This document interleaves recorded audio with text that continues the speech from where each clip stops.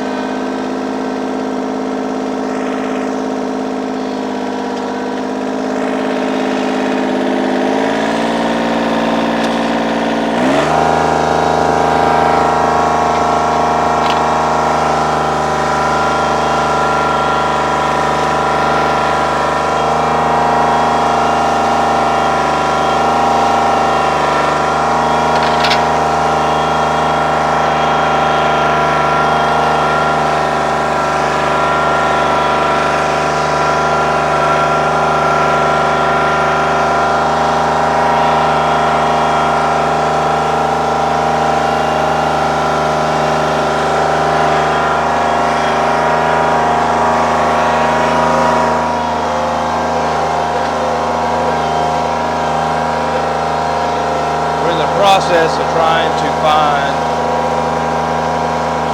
the right tires for the tractor.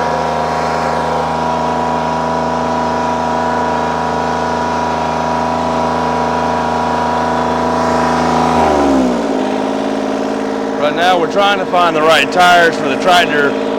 As the gentleman we bought it from had street tires on it. We do have the back tires water loaded to help, but the extra traction will help us a great deal.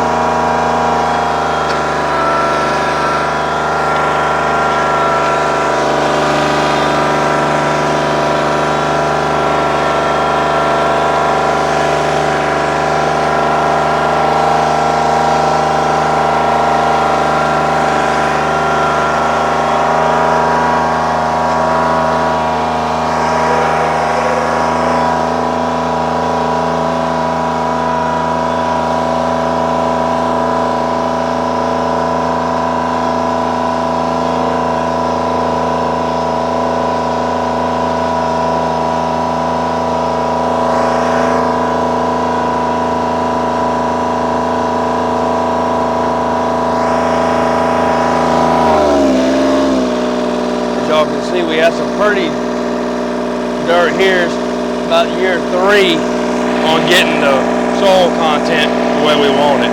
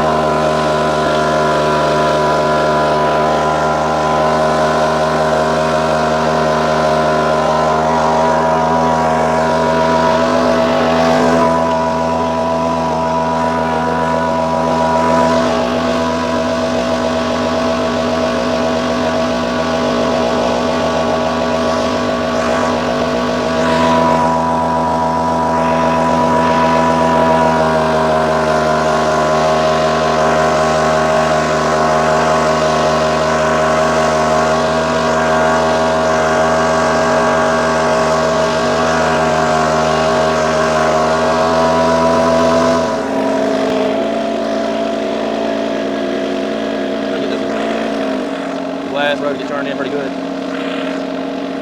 hardest one to get to is right up against the fence. And by the raised bed we use for the potatoes.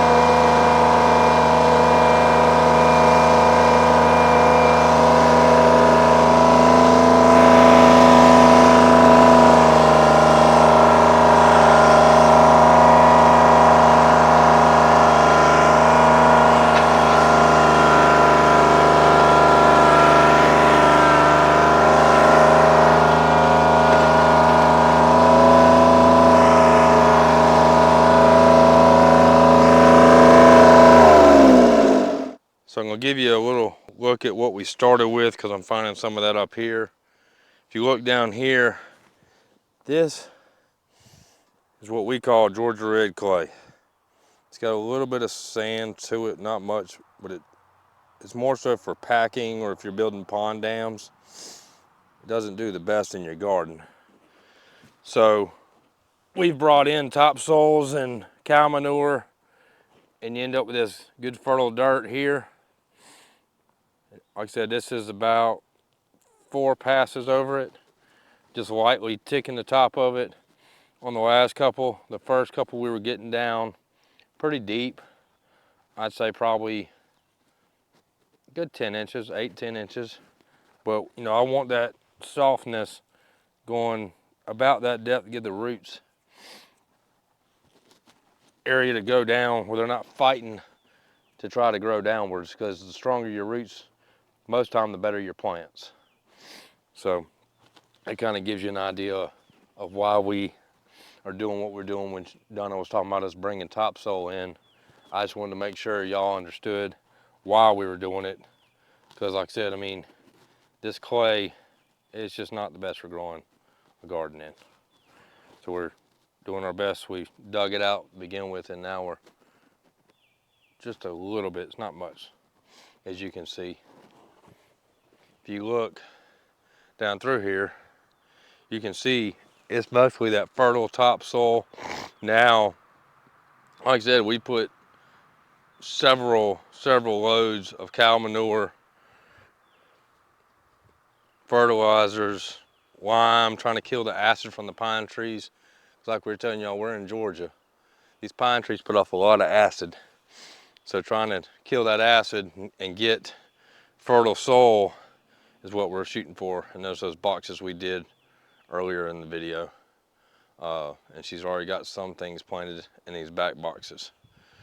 But like I said, I just want to give you an idea of what we were looking at and why we were doing what we were doing. So we were trying to get a good early start on it. And I was trying to explain why the tractor's going. I don't know if you heard me. We bought this used, and the gentleman had put car tires on it, which have worked for us moving firewood. But as we get into more things around the property, I'm looking into getting some agriculture tires. Now these do have water in the rear tires. So, like I said, we just got such a good deal on the tractor. I can deal with the tires having to be changed. This is a 950 John Deere. It's a 96 model. It is four-wheel drive. Like I said, you can see they put car tires on the front and big mud tires off of a big truck on the back, which have served a purpose for us doing firewood. But the more we get into changing our land and trying to get it ready for gardens and deer in the back and turkeys, we're seeing those ag tires are going to be the way to go.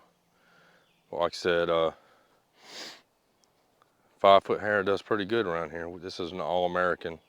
We're not sponsored by them, but it's one we bought off a marketplace.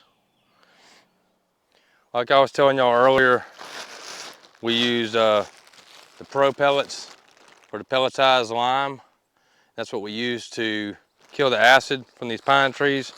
It's still a little bit, it's very close, but it's not quite there. So I'm gonna get this put out, and then I'll work it in with the Hera as well. And that should get us pretty close. Let's see, we're gonna run this one wide open.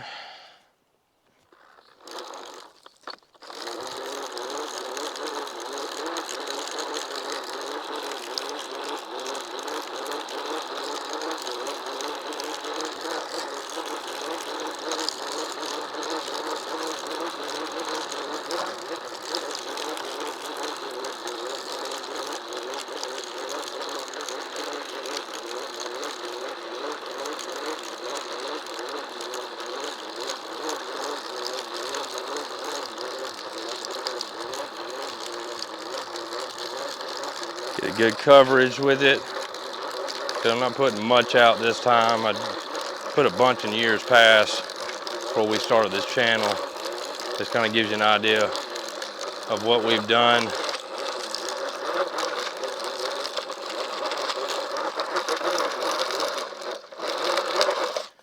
All right, that's the lime down. And then we are going to lightly disc it in with the tractor. Oh, getting old for being 44.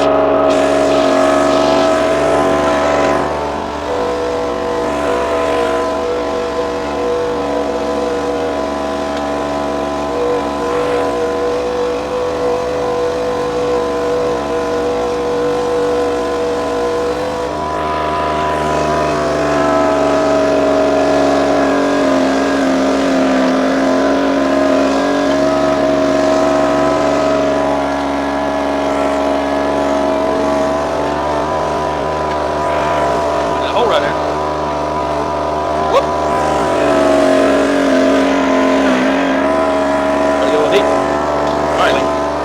Keep it there.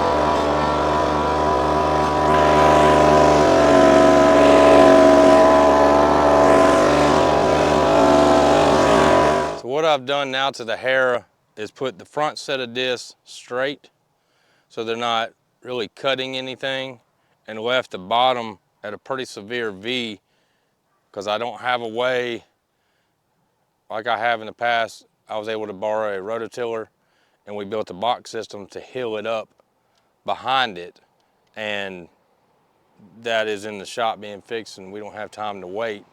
So what I'm gonna do is try to take this Hera and try to hill it up using the back discs.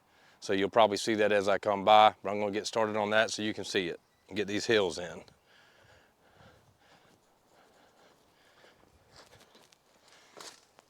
Oh.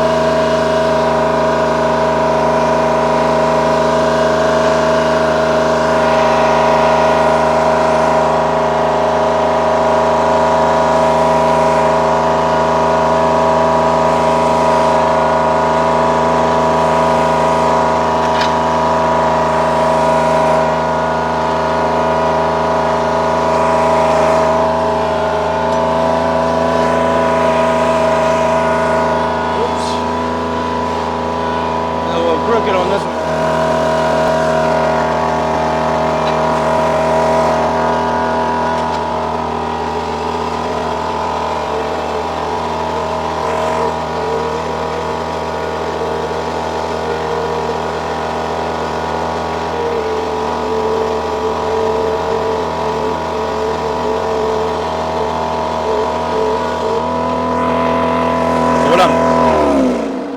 So what I'm doing is I'm trying to get just the front barely going in the back, catching that loose dirt to hill it up.